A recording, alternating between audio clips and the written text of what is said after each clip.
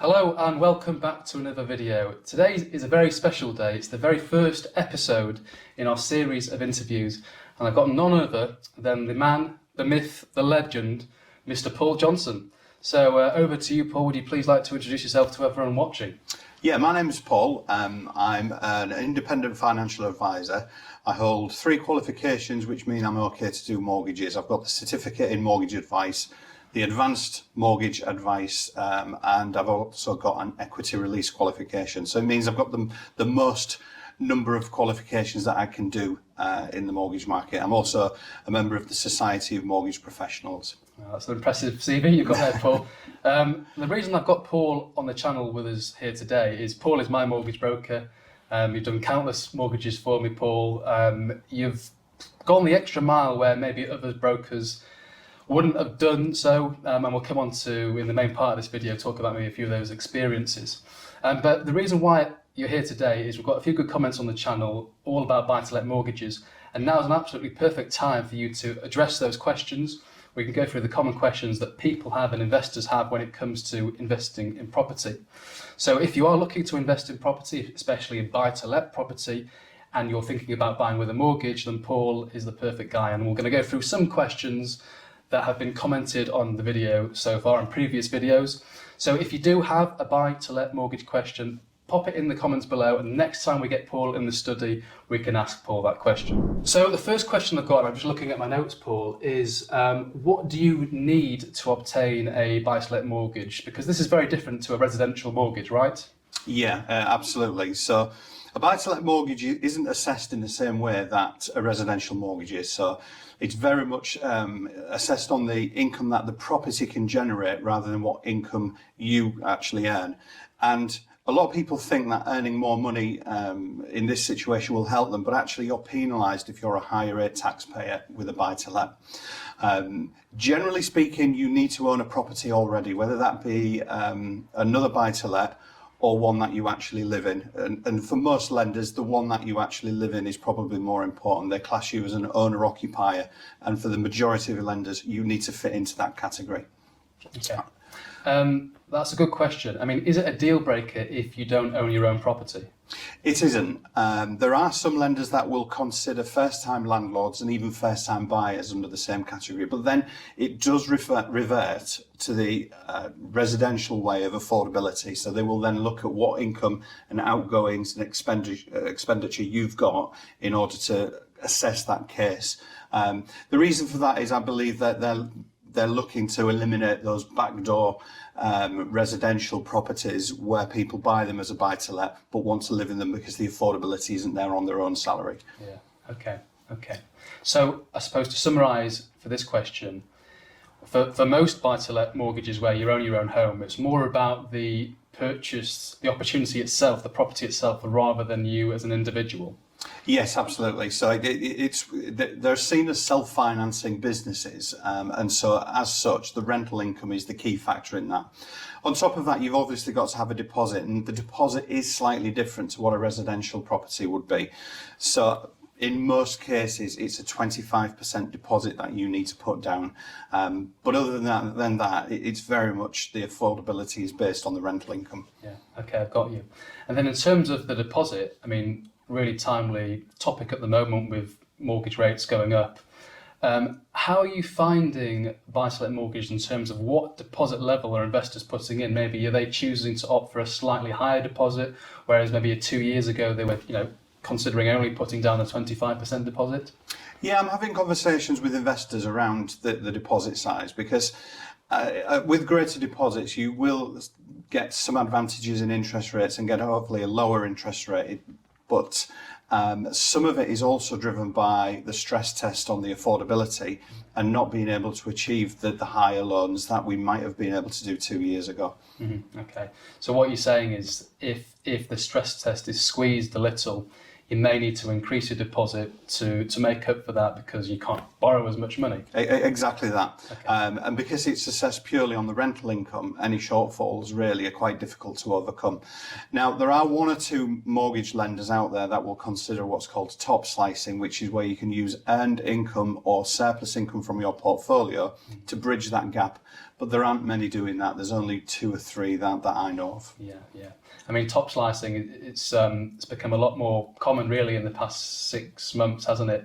Before, I don't think anyone knew what it meant. But now, with people maybe struggling to afford a buy-to-let mortgage on some properties, it's become quite advantageous. Yeah, and I think as these properties are stressed at higher rates, some lenders may even withdraw further from that because, again, there's more risk for them in terms of affordability, and there's uncertainty in the market about future values of the properties as well. So we may see less and less lenders doing this top slicing. So let's come on to owning property in your personal name and limited company, and what are the implications when it comes to obtaining a mortgage. So I suppose, can you just tell us a bit about the differences in obtaining a mortgage, both for someone who's wanting to purchase or remortgage a property in a personal name compared to a limited company?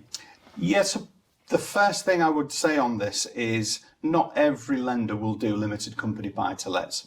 So a lot of the high street lenders, your NatWest, Santander, Barclays, they don't do limited company buy-to-lets. So you're then looking at a smaller pool of lenders that will do limited company buy-to-lets. Yeah. On top of that, you usually pay a premium on the interest rate, so it is more expensive to do a limited company buy-to-let than it is one in your personal name. Mm-hmm. You still have to be a personal guarantor for that loan, so you're not getting the limited liability that you do of a limited company, because you have to sign a guarantee to say that if the loan defaults, you will be personally responsible. But there are some tax advantages as well by having it in a limited company. So the number one tax advantage is how it's stressed, because as a high rate taxpayer in the limited company, you get the lower stress test that you wouldn't get if you did it in your own personal name. You would be stressed at a higher rate. You can also control how you take the profit out of the business, because if it's in your personal name, you will complete a tax return, and then each year you have to declare the income. With a limited company, yes, you still have to declare the profit in the business, but you don't necessarily have to take it out and then pay higher rate tax on that dividend or the way you take that income. And probably another advantage of a limited company buy-to-let is when you've lived in the property previously and bought another residential, and therefore you've paid a premium on the stamp duty by moving residential to residential, but not selling your original residential. Within 3 years, if you transfer that property or sell that property into your limited company, you can claim that additional stamp duty back. So there are benefits of having property in limited companies. That's a really good tip that I don't think a lot of people are aware of. Maybe you should consider becoming an accountant, Paul. I don't see many lists of skills. No, what I would say is just confirm everything that I just said there with a proper accountant, because this is just my own personal experience and knowledge. No, of course. I suppose, all my properties are owned in a limited company now, besides the one I live in. And I think that is the way to go for the majority of people. Again, speak to an accountant, speak to a tax specialist, really important. But don't be short-sighted and don't be put off by the higher rates that are in a limited company when it comes to mortgages compared to a personal loan, because you've got to see past that, because once you take into account the wider tax implications, most people, especially if they're higher rate taxpayers and they're looking to grow a property portfolio, it'll be more tax efficient for them to have and own these properties within a limited company. And if you're looking for a video all about the differences and the advantages between owning property in your personal name and limited company, I will link to a video that I've done in the past. Here's a picture of the thumbnail. The link is in the description. Consider watching it. A really interesting question, and I get it asked all the time. You must get it asked daily almost, from property investors. They want a buy-to-let property, they're buying with a mortgage, and they say, well, should I do interest only or should I repay the capital? How do you answer that question? So you're right, I get asked that question a lot, and a lot of people adamant that they want it on a repayment because they like the idea of owning a property outright in 20-25 years and then having that as part of their retirement plan. And there's nothing wrong with that. It's absolutely fine. What I say to those clients is it's better to set it up on interest only, because you are paying the lowest amount of money to the bank each month. And if ever that property is vacant, then that's all you've got to find is that lower payment. Now, if you want to have it on repayment, what I would suggest is keep the money that you would save by not having it on repayment, put it into a high interest account for 12 months, and then at the end of the year, If you don't need that money for repairs on the property, for things like a boiler or anything like that, then pay it off in a lump sum and do it that way, because there's nothing worse than having to find a much higher payment because you've got the capital repayment element when the property is empty, or there's a problem with the property where you need to put money back into it and reinvest. So that's what I say to people. You've got it effectively on a repayment. You can set the payments on a monthly basis if you want, but I suggest do it once a year or maybe twice a year when you've saved up a little bit of money. You know you don't need it to reinvest in anything that needs repairing in the property, and then you can pay it off.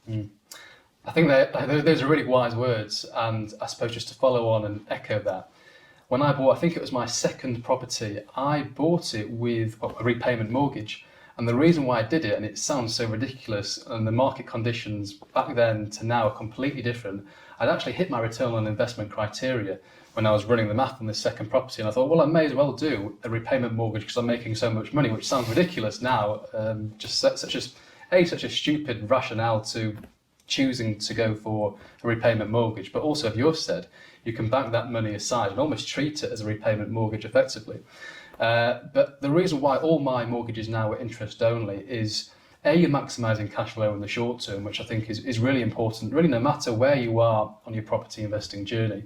But also, as you said, you've got a nice buffer in case things do happen. You've got that to then step in. So I suppose learn from my failures and consider if it's right for you opting for interest only ahead of repayment. And I think, Paul, you can probably answer this question better than me. What percentage of buy-to-let investors do you think go for repayment, and what percentage go for interest only? I would say it's probably 75% interest only, 25% repayment. I have clients that really like the idea of repayment, but have done a mixture. They've got some on repayment, they've got some on interest only. And I think when you've got a portfolio, particularly in a rising market like we've got at the moment, the profit margins are being squeezed. So people that are on interest only are probably feeling the benefits of that at the moment, rather than being on repayment. Yeah. And I suppose a question that I have, I mean, I know the answer to it, but it's very good to share. It's not like your residential mortgage where you kind of have to pay it off by a certain age. Buy-to-let's treated a bit differently. So what do you say to those investors that may be in their 50s or 60s, buy-to-let investors in their 50s and 60s that, want an interest-only mortgage? I suppose the question I'm asking is, they don't have to choose a repayment mortgage, do they? No, they don't. No.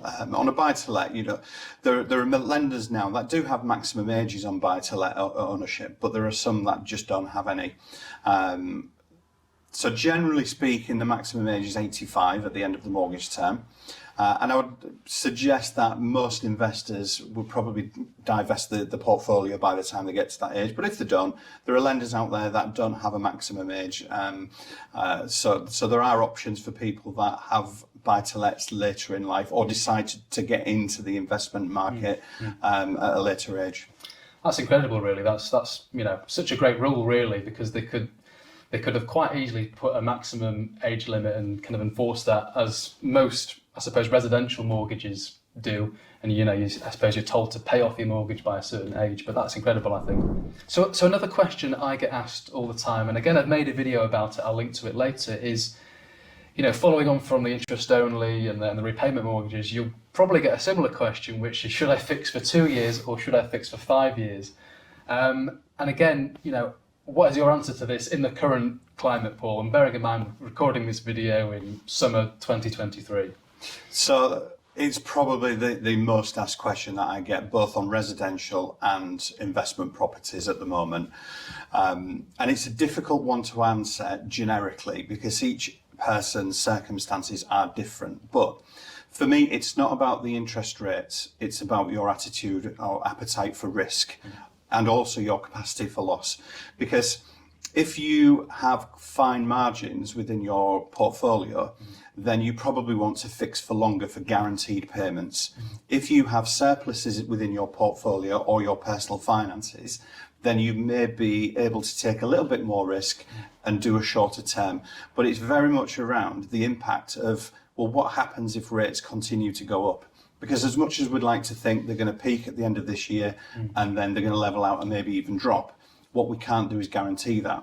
So it's about providing security over the next 3 to 5 years. And I'm still doing a lot of 5-year fixed for people, but it fits their particular circumstances. So it is very much individual, but I think it's more about risk than interest rate payments. Certainly that. And one thing that you shared with everyone on our networking event, I can't quite remember which one it was, but the line is, do you have the capacity to absorb an increase in mortgage costs? And if you do, then maybe you could do a 2-year fix and take on maybe that higher risk as in the current climate. But actually, if you don't and you want that certainty, then maybe you're better choosing for 5 years. So if you have a nice margin of safety, a nice buffer when you bought the property, well, then maybe you've got more options and you can choose between 2 and 5 years. But actually, if you purchase the property and you've got very little room to wiggle, you've got very little room to play with, then maybe you fix for a longer term, 5 years, and you've got that greater certainty. So the other thing that to consider is what's happening in your portfolio and when those properties, when are their fixed rates ending? Because what you don't want is all of those fixed rates ending in the same 6 or 12-month period. You'd probably want to spread them out a little bit, because I have some clients where their portfolio is fully being remortgaged this year, and it's not necessarily a good time to do that. So spreading those rates out might also be the deciding factor in whether you do a 2 or a 5 year. That's a really good tip. That's a really, really crucial tip. I mean, just in terms of general risk, you don't want all your mortgages expiring in that same year, because if rates are really high in that particular year, that can really sting you for the next 5 years. So yeah, that's a really good tip. So if you're looking to find out a little bit more about should you fix for 2 or 5 years, I've got a really good video that details this in depth. Here's a picture of the thumbnail. The link is in the description. Now, Paul, what tips do you have for someone that's completely new to property? They want to invest, say, in buy-to-lets, and they want to be buying with a mortgage. So I think the first thing is have a conversation with somebody like myself, just to assess the financial situation and to give a steer as to how best to position yourself to be eligible for a mortgage. And that's just reviewing things like deposit, sort of debt to income ratio, credit score. Then getting a decision in principle in your personal name to start with would be one of the things I'd suggest, because that's a really powerful tool. In one, it assesses a lender's view of your credit file and the information we've given, but it also just checks for any anomalies within the credit file that you may not be aware of. And finally, an estate agent generally asks for one of those anyway to take the property off the market. So having one in advance of viewing is really good. And then do the research in the market that you're looking to buy at. There's people like yourself, Marco, who've got a lot of experience that can help people getting onto that journey. And you've got to remember that estate agents are acting for the seller, not for you. So they're not always going to give you the best impartial advice. So speaking to somebody like yourself, obviously, is really useful. So from an agent's point of view, when you're submitting offers on a property that you want to purchase and you're brand new to property and you're not, including your mortgage broker's details or an agreement in principle, decision in principle, whatever you want to call it, into that email that you're sending to the agent with your offer, I think it shows you're a bit of a newbie. You don't really know what you're doing. So I always tell people that work with me to speak to a mortgage broker first, because then you'll be able to understand what you can buy as well. So I've got a really good tip for those starting out in property, which is don't approach your bank straight away if you're looking to get a buy-to-let mortgage, because this is what I did. And I can tell you now, if you're just approaching one lender, i.e. your bank, you're probably not going to get the best rate. So, learn from my mistakes. Don't go to your bank straight away and just accept their rate. This is why you need to be going to a mortgage broker or someone like Paul. And the benefit of not just a mortgage broker, but a whole of market mortgage broker like Paul is you can go to everyone on the market and get the best deal. Whereas if you're just going to your bank, there's a very low chance that that's going to be the best possible deal on the market. But also one thing I like is the benefit of going through a mortgage broker and someone like yourself, Paul, is it takes all that hassle away. So, I remember trawling through all the websites after that experience, trying to find my own deal, thinking, I know best. But actually, if you pay a mortgage broker for the work, they can do all that for you and they're going to save you money. So I think it's a great investment. And I think one thing that's really important in property is people. Property is all about people, and how strong is your power team? How good is your mortgage broker? How good is your accountant and your solicitor? And if you're doing developments, how good is your planning consultant? So your power team is really important, and by having a really good broker on board like yourself, goes a hell of a long way to boosting your return on investment. So just a few more questions before we conclude the video, Paul. A question that I get asked all the time is, I've got an existing mortgage, a buy-to-let mortgage. When can I put in that remortgage application? So again, people probably fall foul of a really common mistake with this. They get to about 2 months before that rate is due to expire and they start exploring options.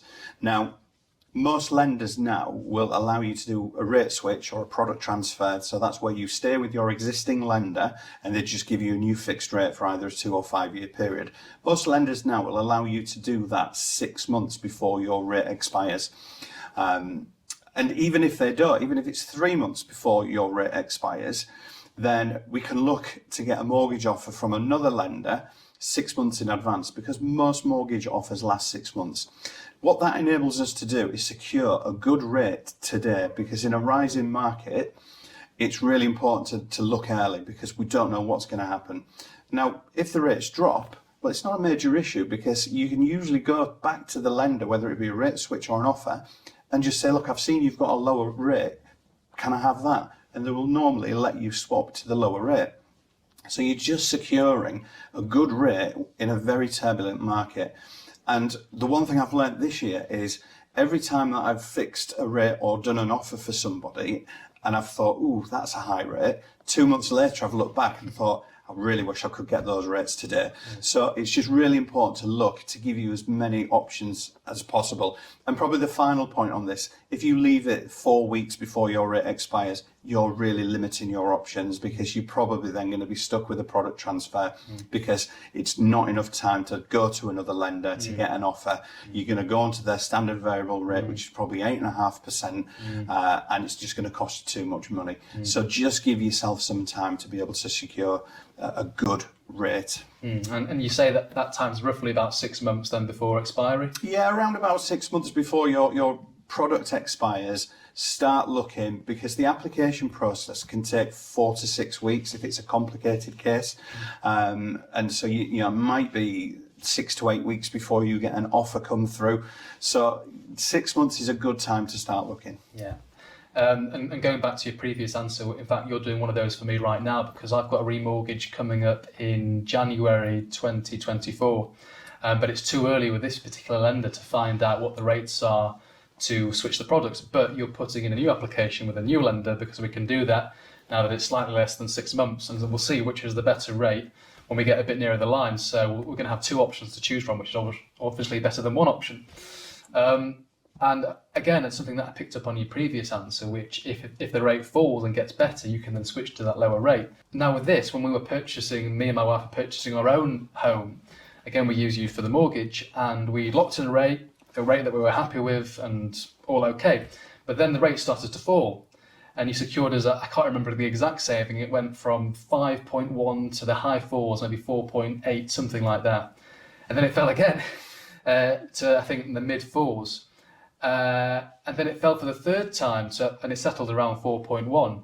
Now, I've spoken about this story with other people, and I don't know any other mortgage broker that would invest the time, the effort and energy to then secure you a greater discount, even though this takes you time to then negotiate and sort out this discount. So that's one thing I'm very grateful for, and that's why I can wholeheartedly recommend you to everyone watching this channel, because I know you've got everyone's best interest. Following on from that, another really good example, I think this was in February, well, it completed in February 2022, but the negotiations were 6 months prior. And this was quite a substantial mortgage you helped me with, over £500,000 mortgage. And again, we were staying with the same lender. This was a remortgage, but we were remortgaging early. And you managed to save me, if I'm not mistaken, a 0.8 off the products fee of that next mortgage, which on over £500,000 is an incredible saving. So again, I don't know any other brokers that negotiate product fees. So you're doing something right. So thank you very much for that, Paul. So if you're looking for a mortgage broker, maybe you've got a buy-to-let purchase on the horizon or a remortgage shortly due, or even you're buying a residential home and you want to be put in touch with Paul, well, the best way to get in touch with them is to head to my website, www.ms7.uk, click on Use Our Suppliers at the top, click the box that says mortgage broker, then I'll put you in touch with Paul directly, and the link is also in the description too. So thank you very much, Paul, for coming on the channel and being the very first person to share your story and expertise and wisdom with us all. This is the very first episode of a season of interviews with not only property professionals like yourself, but property investors, property developers, and with people that have an interesting story and can also educate us too. So thanks very much, Paul. Thank you very much, Michael. Well, that concludes us here today. I hope you've really got use from this video. If you've learned something new or you still have a further question, please don't hesitate to pop a comment in the area below. And next time we get Paul back on the channel, Paul can answer your mortgage related query. Thank you very much for watching and all the best with your property investing day. Goodbye.